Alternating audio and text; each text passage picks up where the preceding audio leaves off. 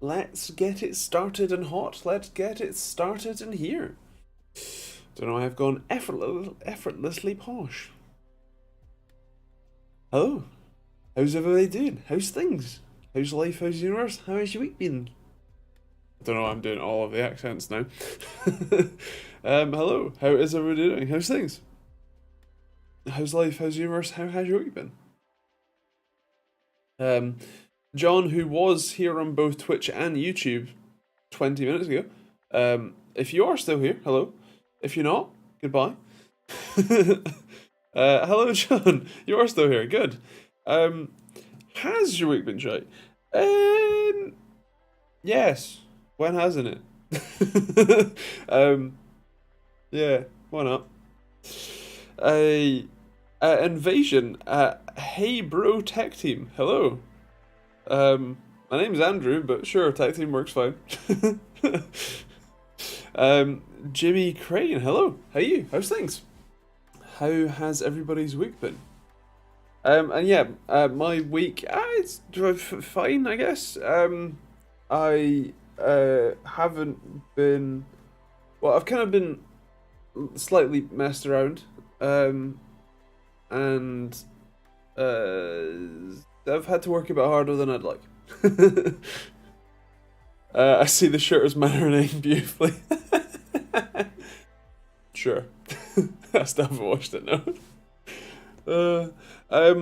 What laptop brands are better and which to avoid? So, that is a often difficult to answer question because it very much depends on what your budget, what models you're looking at.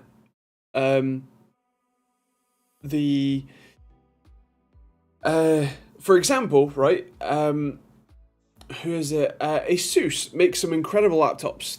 Especially their Zephyrus line are beautifully made. They're they're well constructed. They're generally well spec. They generally perform quite well. But their tough line of laptops, like the Dash F15 or whatever it was, is a horribly spec'd nightmare with a terrible panel, if I remember rightly. So it very much depends on what model you're looking at and whatnot. As a general rule, I would say that the cheaper you go, the harder it is to find a properly well-rounded good machine. The more expensive you go, the more likely you are to be basically being ripped off.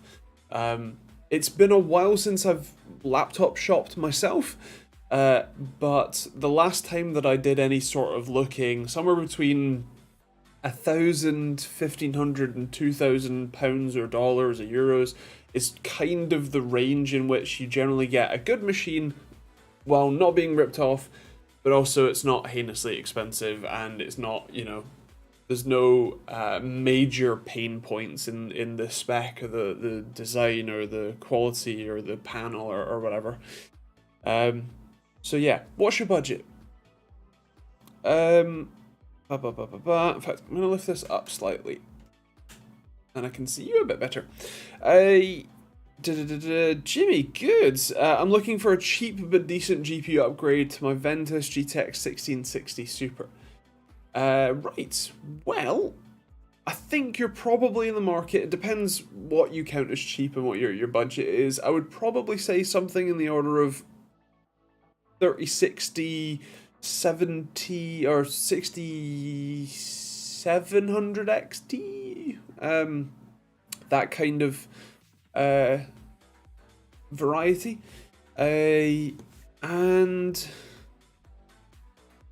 yeah. AMD tends to offer touch better value sometimes. Depends what your which card in particular you're looking at and price points, but yeah, Max S 6700 XT would be a great choice, which I think is about right. So that. Hello Simon, how you doing? Hello Zig, hello Ish. How you guys doing? How's things? Donald Peterson, the 7950 X3D has only partial support for Windows 10 based on motherboard. Is there a clear reasoning behind this? So I don't have any specific, guaranteed answer for you. This is educated guess and, combination of experience. But my assumption, just to clarify, is that because of the cache structure, and especially because the cache is only on one die, what I imagine is the case is that the scheduler in Windows 10 hasn't had any updates since Windows 11 exists, and therefore all of Microsoft's development time goes towards that. I mean, they've already got their hands full with Intel's scheduler problems, let alone adding more. So my guess would be that depending on how various things are implemented, especially in the BIOS, and depending on BIOS versions and like shipping BIOS versions, my assumption, again to clarify, is that it's based on those sort of BIOS features and whatnot to be able to control where tasks get directed to based on where that cache is. My assumption would be that a 7800X3D, when that's available, is likely to be, or 70, whichever one it is, the 8 core, is likely to be a bit better in that regard, as it were, because there's only one, and therefore there is no cache-aware scheduler problems, as it were.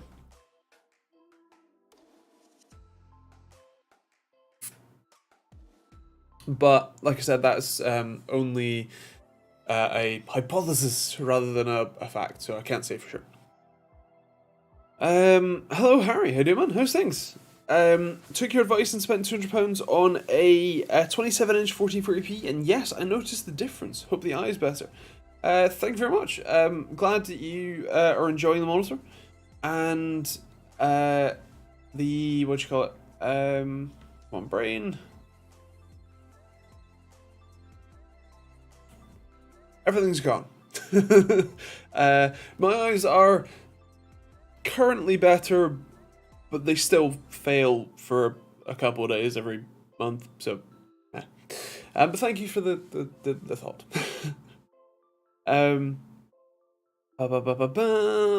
Looking at an Asus RX 6700 XT dual 12GB GDR6 for £383.99, good price.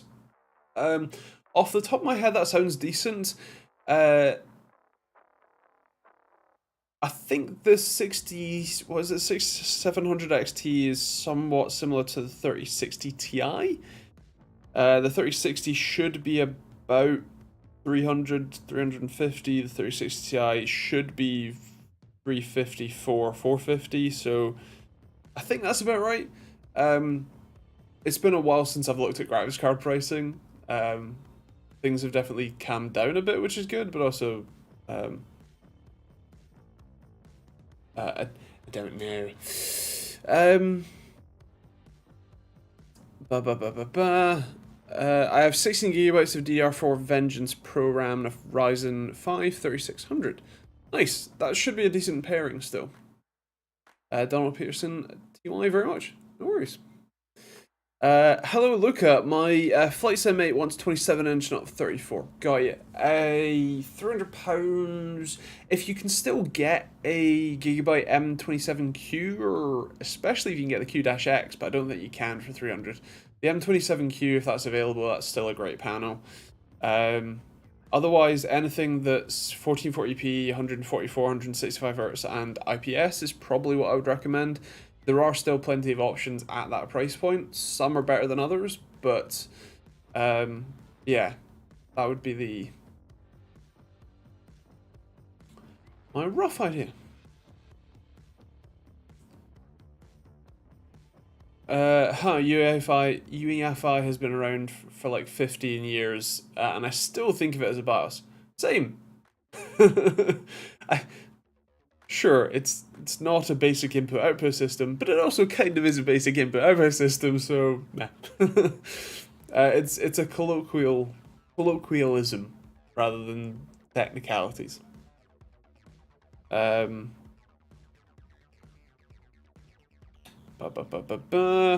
can I have marital advice? I can try.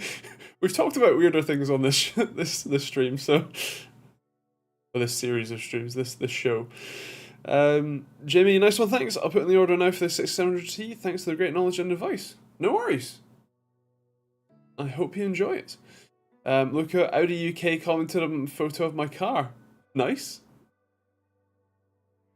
Is there anyone who's a mod of mine on Twitch? Because I can't delete that comment from Twitch chat from Streamlabs. I have to go to Twitch. There's a lot of effort. So if anyone is my mod on Twitch who's watching the chat, please delete that for me. Hello Chris, how you doing? How's things? In fact, do you know what? I'll open Twitch just to delete that message. Make me a Twitch mod. I don't think I can make you a mod on Twitch either. This chat is useless. Even though I'm logged in as the broadcaster, I can't do any of the moderation stuff. It's really annoying. But then every time you load Twitch, it just autoplays something and it's really annoying. Also, why is it not dark theme? Creator dashboard? Is that it? Oh god, 3 different layers of pop-ups popped up. What? We noticed that you're missing an ads manager panel. Sure. Add a phone number. No. Another pop-up. Remind me later. Christ. God, that's awful. How do you fucking... I hate Twitch. At least in YouTube, all of the like if I want to ban any of you, I can do it from chat. I can also add you as both a standard or managing moderator. That's interesting. Pin your message, go to your channel, report you, remove you, put you in a timeout, hide user on the channel, add as a managing moderator, or add as a standard moderator.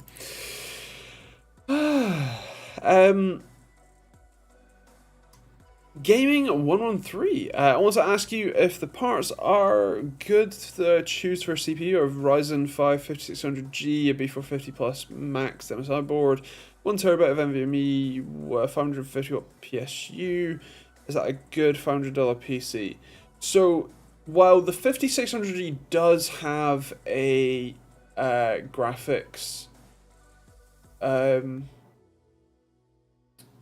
core in it, I still can't do anything on Twitch. I don't know how to, like, I can block you and report you. I can ban you. I can add timeout. Oh, mod. There we go. Enjoy. Yeah, so, well, the 5600G does have a, graphics core built in. It's not the sort of thing that you're going to be gaming on a lot. If you're looking for gaming, you will need to add an actual graphics card in one form or another, which obviously does raise the price considerably. Speccing a 550W power supply is a good thing because it means that you will be able to add one. Not necessarily the highest power, but still. The 5600G is also a pretty decent chip overall. I don't think that the price point is all that different from what I remember. Feel free to correct me on that. I don't think the 5600D is that much more expensive than like the 5600 or 5600X. So you're not paying that much extra. And yeah, that's kind of that. So it's not bad, but it's not a gaming PC. Is probably what I would say. I've been swapping between mobile and Twitch. Have I missed anything you've been saying? No, you're a mod, but I don't know if you can then... That means you can delete the... Oh, I can just ban... Okay, cool. Done. Yeah. The 5600G felt like PS4 performance to me. Interesting. At 1080p or at 720p? So that's interesting. I think I can close Twitch now. Another comment. It was just like a, what do you call it, bot Would you like to buy subs and likes and whatever? One of those annoying ones.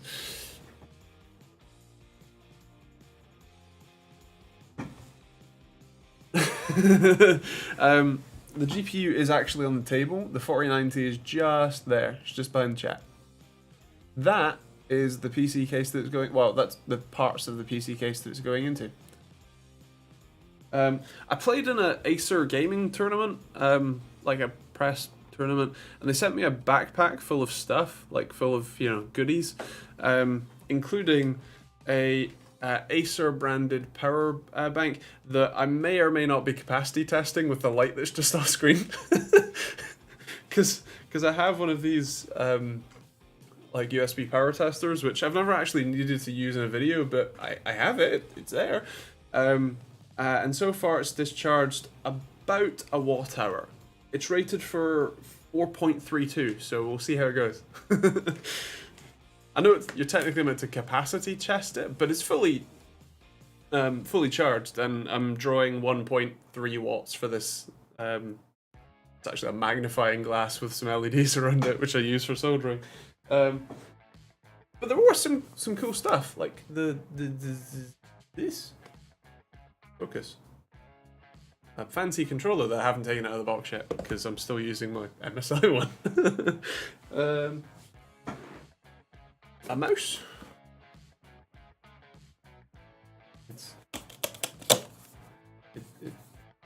Something about we stand united to fight and conquer. Some fictitious Acer predator. And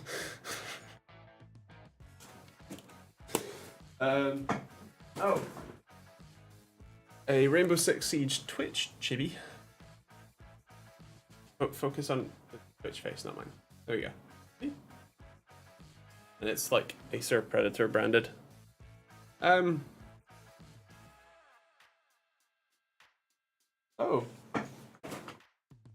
And because Acer sponsor the Alfa Romeo F1 team, it's like official merchandise. It's the Acer logo. I don't know that I'm a fan of the Alfa Romeo F1 team. I'm not really a fan of any of them in particular. I like watching. But I wouldn't say that I'm a Ferrari or Mercedes. Like, if I had to pick one, Mercedes was my pick because they were the winners every time. I used to like Russell when he was an up-and-comer, and now he's made it, I'm less interested. I must be a hipster. People here would say that the mechanics are the biggest fans of Alfa Romeos. Yes. What was it? I remember reading a story about the Alfa Romeo Giulia, the come on, brain, a BMW 3 Series, Audi A4, Mercedes C-Class competitor. And they said it's a beautiful car. It's, it's a Ferrari-derived V6 in the fancier one, and the Quadrifoglio. But the guy bought one, and it had been, back to the garage, like the, mechanics, more often than he had it. And I don't think that anything has changed since the 2000s, the 90s, or the 80s, or whatever. I think they're still terrible. And the irony is, I think it was electrical problems for the majority of it, which again, Alpha. Who does AMD support? Mercedes. They have they did support Ferrari. Well, I suppose support. They paid Ferrari advertising money. And then they switched to Mercedes 2 years ago? 3 years ago? Years ago?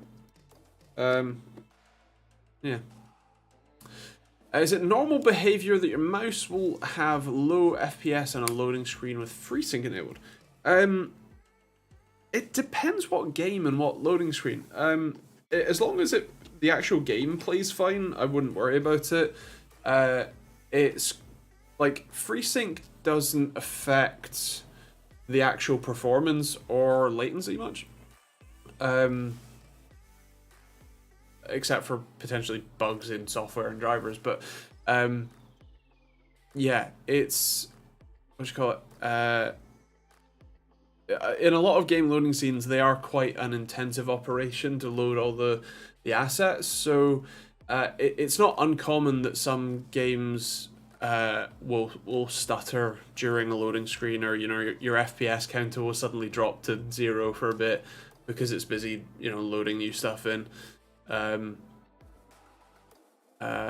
it says some games have hard lock on FPS in some loading screens, which is also true.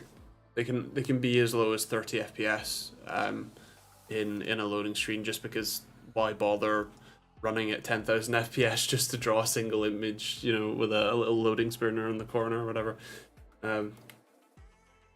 So yeah, it's not uncommon for loading screens to not exactly be the most interactive experiences, funnily enough. Yeah.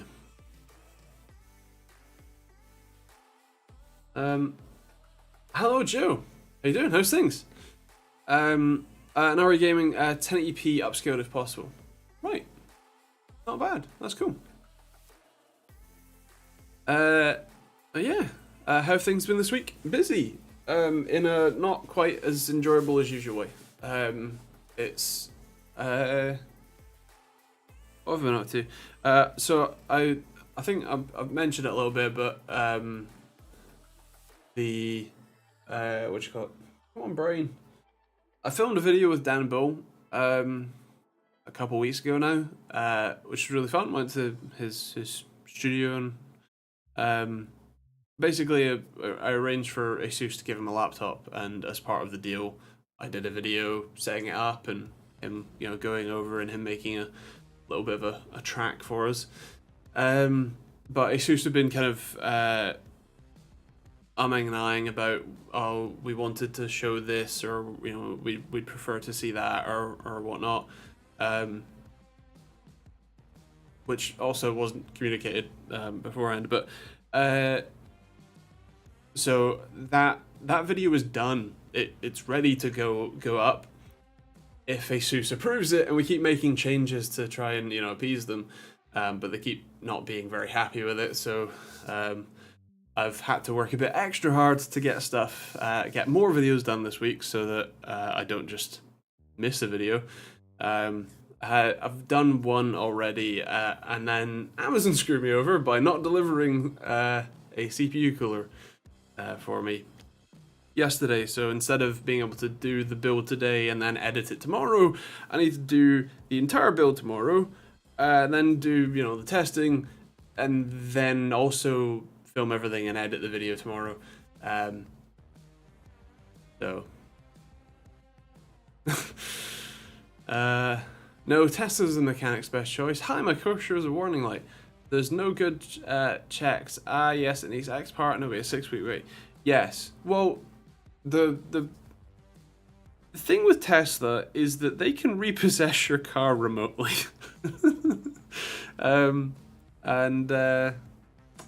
Yeah, they're very Apple-esque, aka closed wall, aka draconian, when it comes to the come on, brain.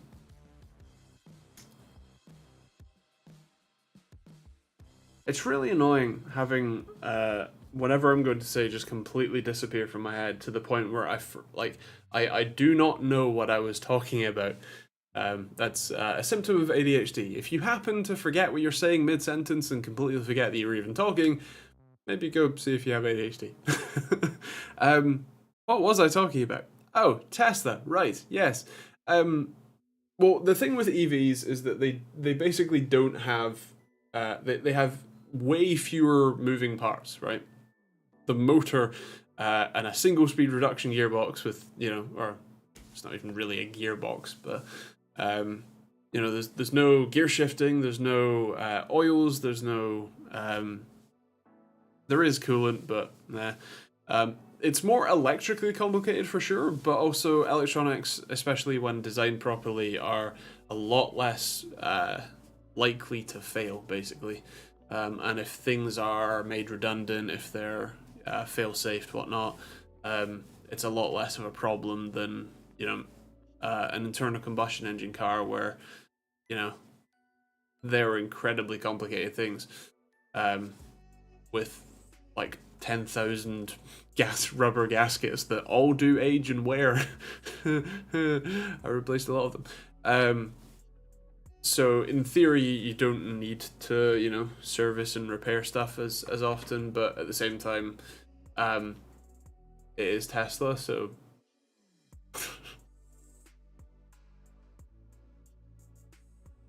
speaking of loading, David did one of his mental videos recently trying to install and load games off various optical media. Good fun. Nice. I haven't watched that specific video, but I have watched plenty of his other videos. Very good fun.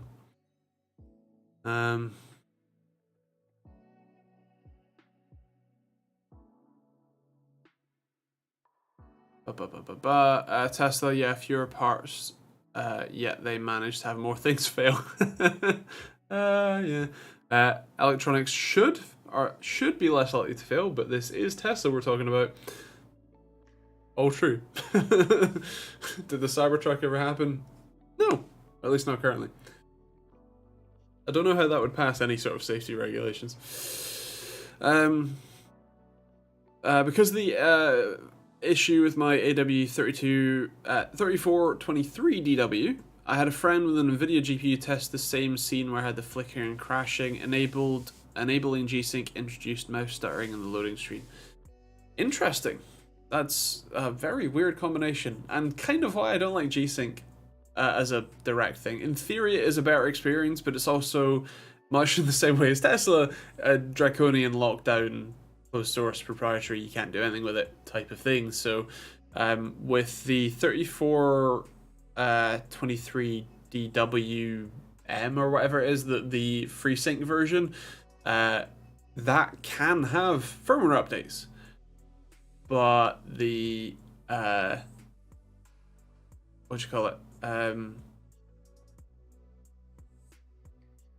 brain.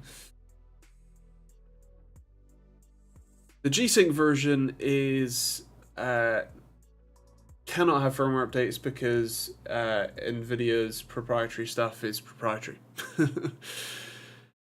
Ah, dear. Hello, Celeste. Welcome back. How you doing? How's things? The thing comes to mind, they installed the infotainment display for a car, not thinking about basic UV and heat from the sun. The glue between the screen layers melted immediately. Sounds right, yeah.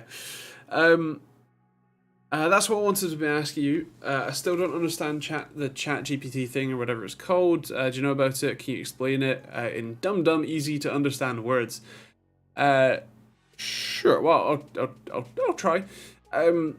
So, ChatGPT is what's called a language model. So, it is a form of, well, it's not an artificial intelligence, nothing is, but we call it AI because it's an easy buzzword for people to slap on things and understand.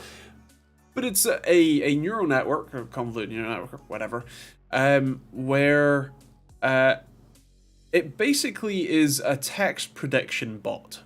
So, what OpenAI have done is train it on basically every bit of text on the internet, every transcript from a YouTube video, every article they can find, every press clipping, everything, every bit of text on the internet has been fed into it to basically have it learn what that text says, means, whatever. The thing to understand is that ChatGPT is not sentient. It's not even what you might call intelligent. So while it does have things like the ability to chain commands or requests, questions, things together, that's not a conscious act. It doesn't know what it's doing. It's just based on the question you ask it, it is looking through its model and going, well, I think this word comes next, and this word, and this word, and this word. So, for example, one of the common things is people ask it how to program things, like how to write basic programs or whatever.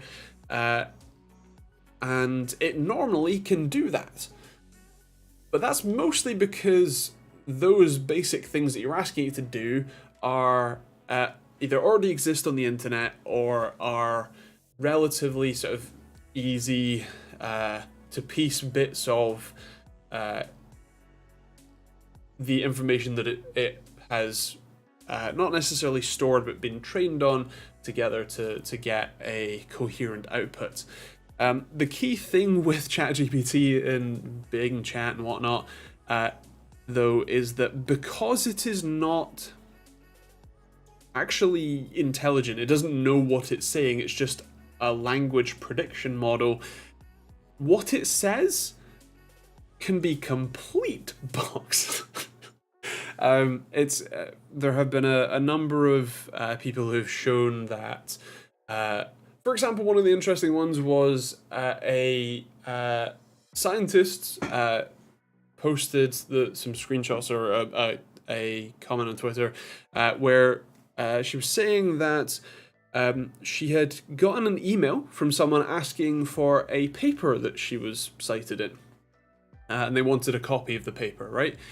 Which is a perfectly great thing to do because the scientists normally have to publish their papers through journals, which are kind of draconian and horrible, and so they love giving out the paper for free because it means that people are actually interested in their work and want to read it, which is kind of the key thing of being a scientist and getting to learn stuff and then share it with the world. So someone had emailed her asking for a copy of this paper, and she was like, that's great, but I've never written that paper. And it turns out that ChatGPT had fabricated a completely plausible scientific reference using real authors that could have written that paper, but who didn't. It knows to cite the right people. It can even come up with a plausible title for a paper, but that paper doesn't exist.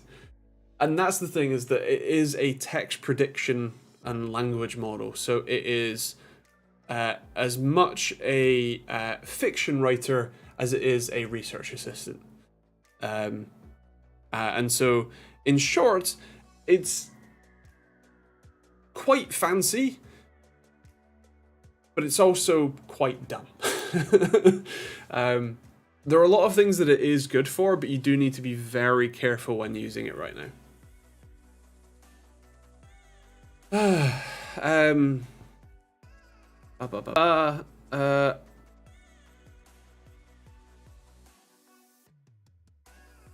Could it be dangerous in the wrong hands too?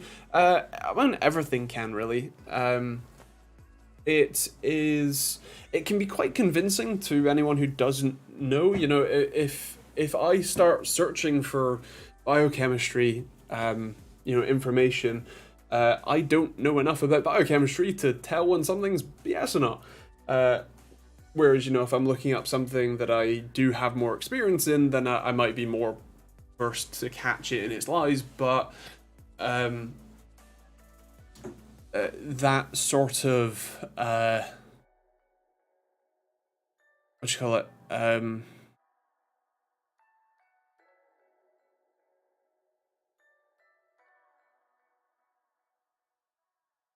Inaccuracy and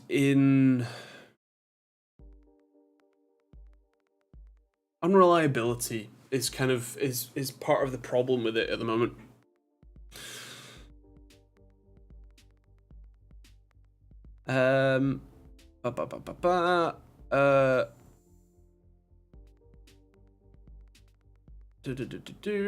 Stuff that took me a week to Google about Grafana, ChatGPT told me straight away. So the thing with ChatGPT is that it's really good for like looking up things like documentation or how to solve a specific problem that is a problem that has been solved before. It's not a unique problem, but the funny thing, so my friends and I were talking about this in our group chat Is it this week? Might have been last week, actually.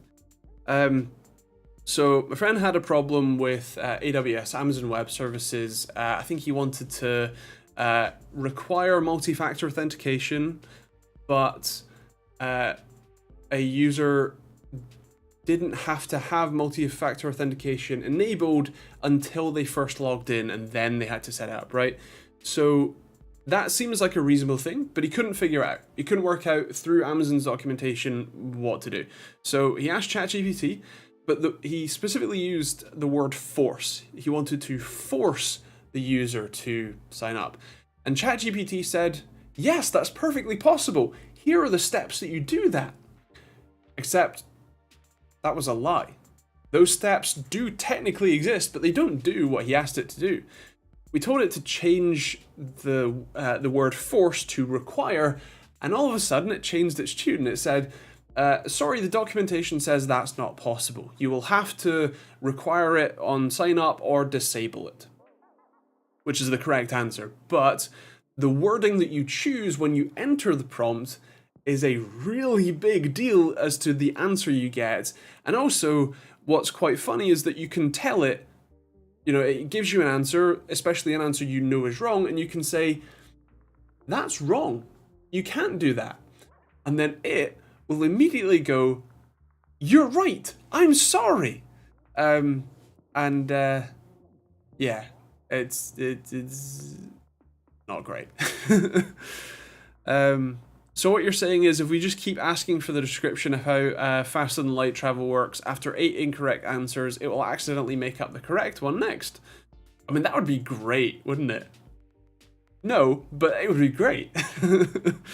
Asked it for a basic currency conversion. It used the correct formula with the wrong result, and then I pointed it out, and it said, yes, I made a mistake, and it is the right answer using the same formula. Yeah, that's the thing. It's not, it's not doing those mathematical calculations. It's a text language model. It's just working out what it thinks the next thing in the sentence should say. And most of the time it gets things like that right, but a lot of the time it doesn't. And because it's not intelligent in any way, it doesn't know to check. It doesn't know to open a calculator and do that maths. Where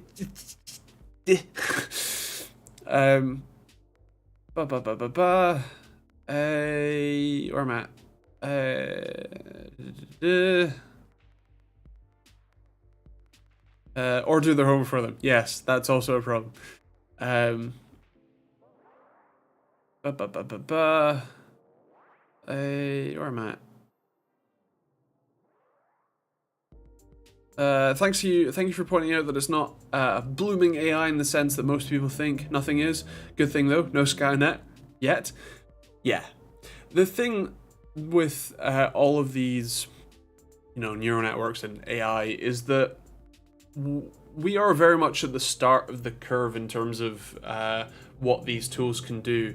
We're very much in the early stages where something like ChatGPT is not in a position to replace anyone's job right now.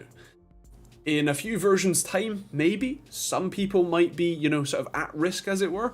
But mostly something like ChatGPT is a somewhat helpful tool for a wide range of people. But it's just that, it's a tool. It's something to help increase your productivity, to make things a little bit easier. It's not a let's replace everyone in our company with, one person who just types stuff into ChatGPT. You still have to know all of the stuff to be able to use it correctly. You still have to have all of the people doing all of the stuff, right? But in a few years' time, however many, it might be, tools like that might replace a lot of jobs where they're often somewhat monotonous tasks or even more intellectual. You might, the whole thing with a lot of the, with technology is that it normally comes with a productivity benefit, right? So it in the web developer space, for example, you might only need to hire one full stack developer to be able to build everything, because that full stack developer can use GitHub Copilot or ChatGPT or whatever it may be to do the majority of the work, and they're just the ones who piece it together, who ask the right questions to get the right answers, and then bug fix various things, whatnot, instead of hiring 2, 3, 4 people to do the same task. That is kind of the nature of things. I think in the longer term, we might start to see quite a big shift in how we operate as a society, with a lot of, artificially generated content and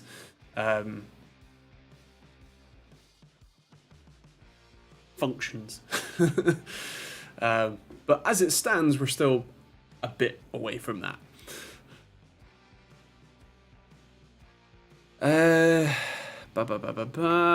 Kind of sounds like Google Search or Siri with a facelift.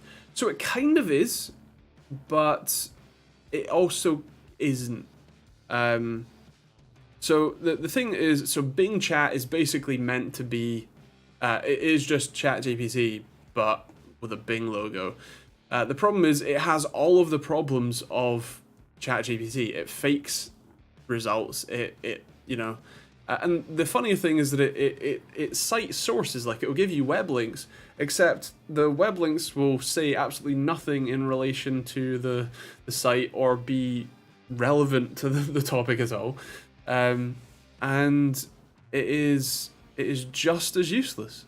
It is like the idea of something like ChatGPT is very much what Google Assistant, Siri, Alexa, whatever, kind of were promised to be, but we are also still a little ways away from that. I'm gonna have to get the stanky t-shirt out. It's only really stanky because it's in contrast to the brilliant white of the nice hoodie. Actually, kind of. It is from factory. It did come in a slightly different shade. It's also quite old. I should probably get some more of these.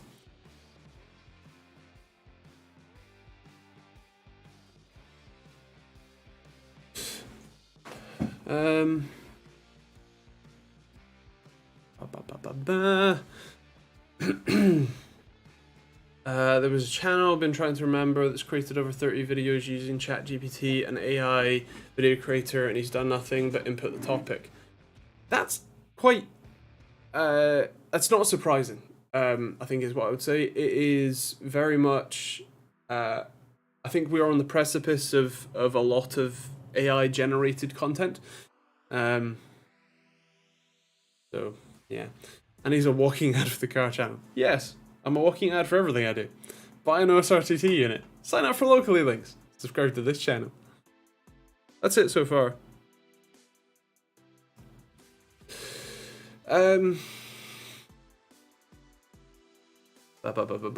Some students where I work tried to using ChatGPT in assignment and got found out by the teacher because they knew they weren't that smart. Ouch. But nice.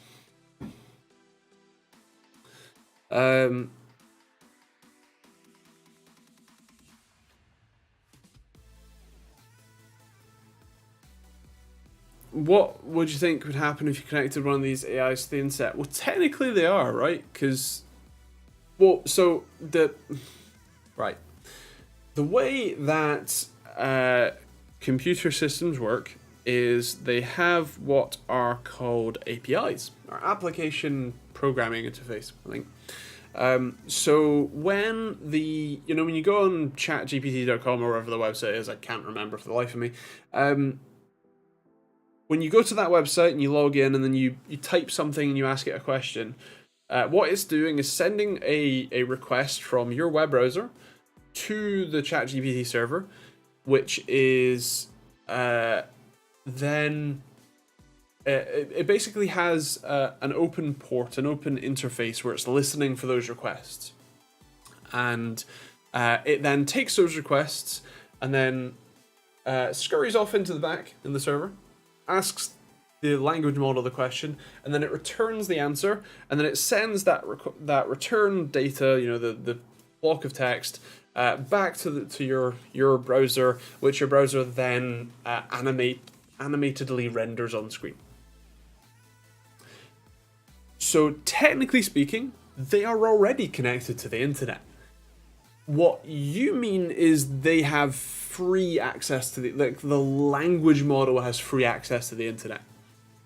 The thing is, though, this is a language model, not an artificial intelligence. This is not sentient. This doesn't do anything until you either press the train button, which just takes whatever data is in the data set and then trains the language model on that data set, or when you query it to have it run what's called inference on the dataset. Basically, give it a prompt, and then that prompt buzzes through the billions of nodes in that dataset to give you an answer.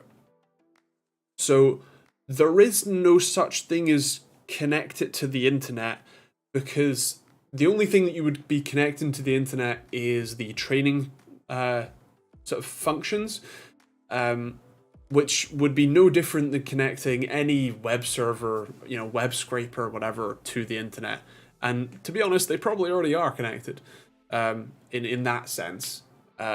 So that's the thing, is that it isn't actually, it's not sentient. So there's nothing to connect to the internet. There's nothing going on there, right?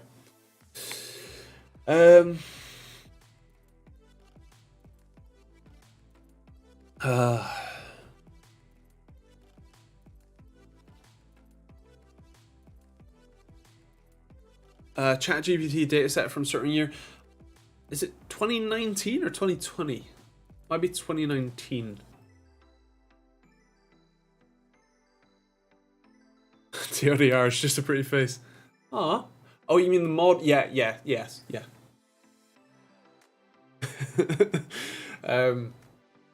But yes, pretty much.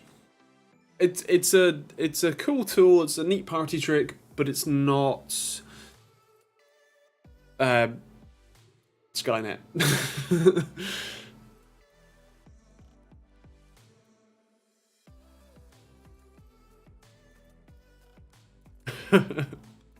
Why, thank you, John.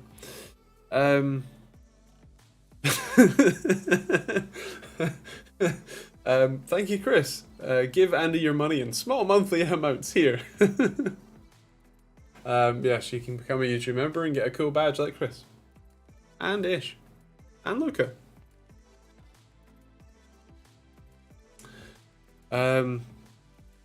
They're technically using using the internet as a gigantic database for word learning to form a written language that can give you the answer fits best the question. Yeah, pretty much. It's obviously a bit more complicated than that, but as a generalization, yes, pretty much. It is a language model, in the same way that something like Stable Diffusion is an image model. There's nothing going on in Stable Diffusion that is anything more than the checkpoint file, which has all of the neural network nodes in it. That when you give it an input, it bounces around those nodes in the same sort of way as your brain kind of works, in that a signal comes in and it bounces around the network, and depending on how it bounces around the network, that gives you an output. But yeah.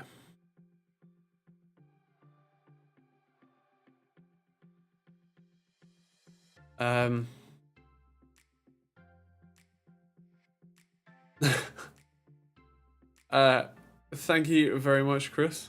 Did you upgrade from Quid, I assume? Because I assume that's the only way. Oh, it's not come up here yet. That would give you a pop-up message. Although it'd be kind of cool if it did give you, members in general would give you things like highlighted messages like they do on Twitch. It confused me because everyone was just throwing around AI this, AI powered new version of the AI. You've just described it better than any video I've seen. Well, thanks. There's an android robot that is sanctioned in South Korea. She's the start of the Skynet. I've always been a fiver. Interesting. What button did you press to do that then? But yeah, Joe, pretty much, yeah, it's it is a very cool technology, and it's only possible because of the computing power that we have available now. But also, it's not AI. It's not as fancy as people make it sound. At least, not yet. There's always time.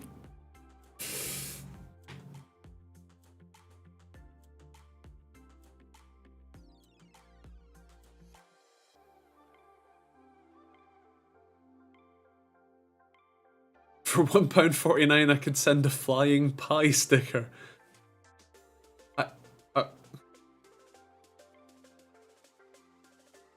I mean, if this was Twitch and there was some integration where you actually throw a flying pie, at least on screen, that would make it worth it. But if it's just a flying pie sticker in the chat, I don't know that that's worth £1.49, especially because half of that goes to YouTube. Oh dear. YouTube is becoming the new Twitch. Apparently.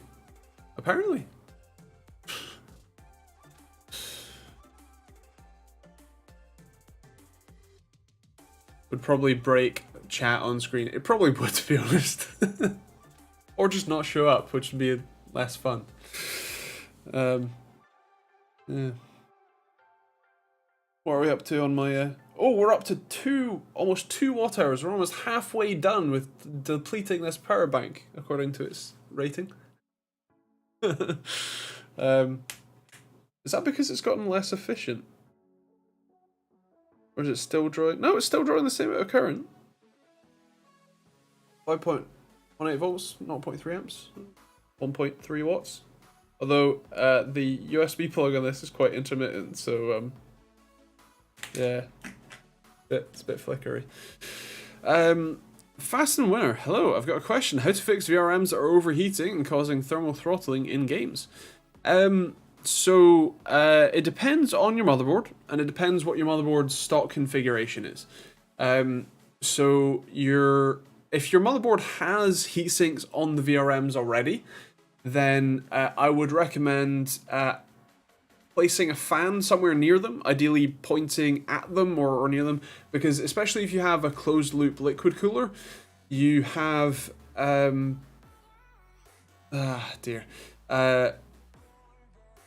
you don't have any airflow around the your VRMs and your RAM whatnot from a closed loop liquid cooler. So having a fan pointed at them directly might help, or at very least, you know, at the front of the case but up at the top so that the air is blowing straight over them. If your motherboard didn't come with heat sinks by default, you can purchase basically stick-on ones. They're not always the best, but also generally your VRMs aren't the biggest problem, and so it would...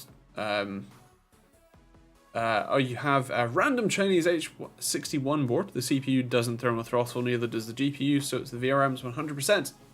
Got you. Well, you can check that in tools like Hardware Info. Those do offer, as long as the board has temperature sensors, you can have it log that, and then, you know, see what the temperature is running at, and see if it lists why that is throttling. But yeah, basically, if it didn't come with heatsinks, you can just oh, Hardware Info doesn't show your VRM temps. That's disappointing. That is quite disappointing, yeah. So yeah, I'd probably say try attaching some heat sinks to the board. It could also be the case that it's not necessarily thermal throttling, but it is power throttling. Although in most games that's quite uncommon, to be honest. Because most games don't load your CPU fully. It's more for... what you call it? Nope, I've forgotten. But yeah, you can buy stick-on heatsinks. You probably don't need them that big, so you're good there. And yeah, I'm soon buying a 3-pack of fans because I think it will fix it because of airflow. It's always worth a shot. The more airflow, the better. The cooler the rest of your system will keep anyway.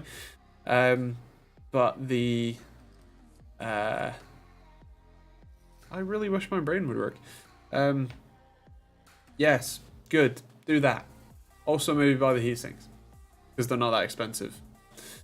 Hello, John. I got the 17950 for £250, an X670E for £200. Damn. 64 gigs of 6000 DDR5 for 155. eBay new. Holy sh. A 3070, £250, mined and used. Fair. I think you got the best bang for the buck PC ever. Yes. Yes, you did. That's incredible.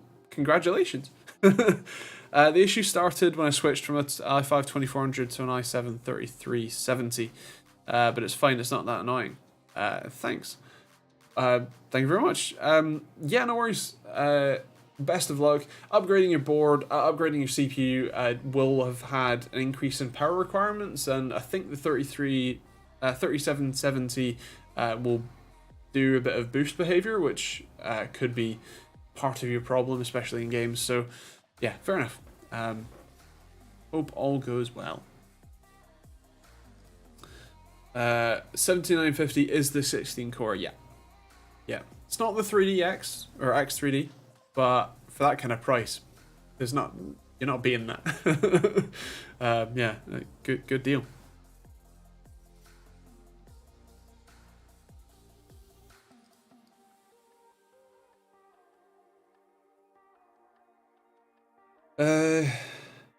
Is it Joe? Anything planned for the near future? Projects, builds, new car vids? Car vids, I have quite a few bits of repairs to do on the Mini and my friend's Peugeot. So I'll be doing at least the Peugeot this weekend, possibly the Mini as well. So hopefully some videos on that finally.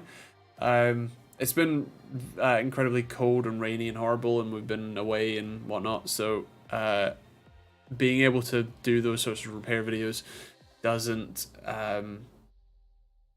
is difficult.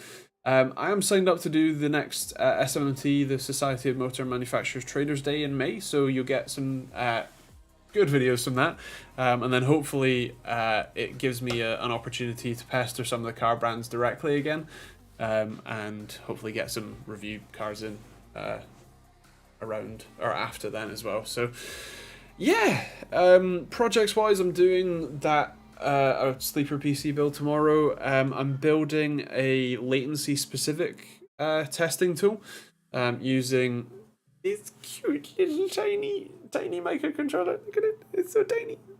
And the nice thing is that it can be soldered directly to my board, like an add-in board, rather than having to use a socketed board like OSRTT Pro, where I have to buy these sockets at like £1.50 each, which is insane, and then solder all of those pins on the microcontroller. I can just place some solder paste on, my board, plop this on top, hot air on either side, all good, all done. And it has USB-C, which is even better. So I'm designing that. I have one more thing to work out with it, which is a pin input, because with NVIDIA LDAT, it has a little 2-pin connector where you can like solder those wires to a mouse, and then when you click the button on the mouse, that triggers the light sensor to start recording measurements, and then when something changes, you get the benefit of the measurement, so you can see the mouse latency as well. But yeah, what was I gonna say? Nope, I've gone blank. But though I'm not sure how to wire that up so that you don't people don't accidentally blow up that microcontroller when they try and do something with it. I don't think that that's going to be an overly common use case, but if I'm going to include it, I need to make sure that it actually damn well works. So yeah. So I need to have a think about that one. And then I have everything else designed. I have the case designed. I have the PCB ready to go as soon as I work out that problem. I've been writing the software today actually, since I've had nothing else to do. Well, I have lots of things I could be doing, but don't. So yeah, that is kind of the biggest thing on the horizon. And the response times.net website, that's also pretty soon. We're real close on that one. It's a few little things to get working and whatnot, and then we're good. Then it shall be live. I think PC parts have become so good that people no longer want to upgrade so often. I think you're somewhat right. I mean, the game engine, like, one of the interesting thing, right, is that if you look at a lot of say 2010s games, right, the majority of them were single player, right, and the multiplayer games that were out were still relatively difficult to run in the grand scheme of things. If you compare that to today, Rainbow Six Siege, which, I mean, I just got a brand new chibi from ASUS for, is in its 9th year? 8th year? 9th year? Like, Rainbow Six Siege, the exact same engine, has been out for 8 or 9 years, right? So that level of sort of run through, while there are new features being added to the engine and whatnot, it's still not that much more difficult to run. And so in a game where you get, you got 100 FPS with a 1060, you're now getting 300 FPS with a 3060 or 40, whenever the 4060 comes out, that. And so why bother upgrading? Because you can still run every game. Sure, you get more performance, you can run higher resolutions, whatnot, but even then, 1440p is still kind of the upper limit for what is sensible to use. Console ports are way harder to run. It depends on the console port, because if they're developed in something like Unreal Engine, it's not really a console port. If it is an actual console port, then yeah, for sure. But even then, console ports today are very much not what they were in the Xbox days, like the 360 and PS3 days, where both the Xbox and the PlayStation were not basically just computers in boxes. They were fully custom bits of kit, whereas from the Xbox One and PS4 and now to the Xbox Series and the PS5, those are just AMD PCs, right? So yeah, that's interesting. God of War runs horribly on every PC. Okay, that might be an exception because it's Microsoft. I'm going to keep my PC for 5 years. I play on low settings, mainly competitive games. I'm going to undervolt my CPU to save my electric bill. I'm not rich at all. That's perfectly fair. Very understandable. God of War is a PlayStation game. Oh, I'm thinking of Gears of War. Ah, yes. That's probably even worse, yeah. Yeah.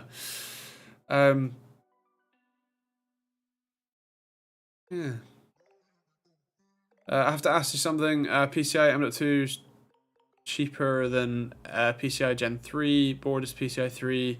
It should be backwards compatible. You should be fine. So yeah, go for it.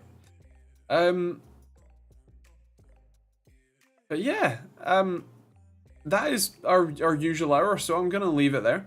I hope you guys have a good week. If you have any more tech questions, these are every Thursday night at 8 PM UK time. So if you want to pop back next week, feel free. Otherwise, that's kind of it. Thanks for watching. Stay safe. Have a good week. And we'll see you all tomorrow for a video, Monday for a video, next week for a stream. Bye, guys.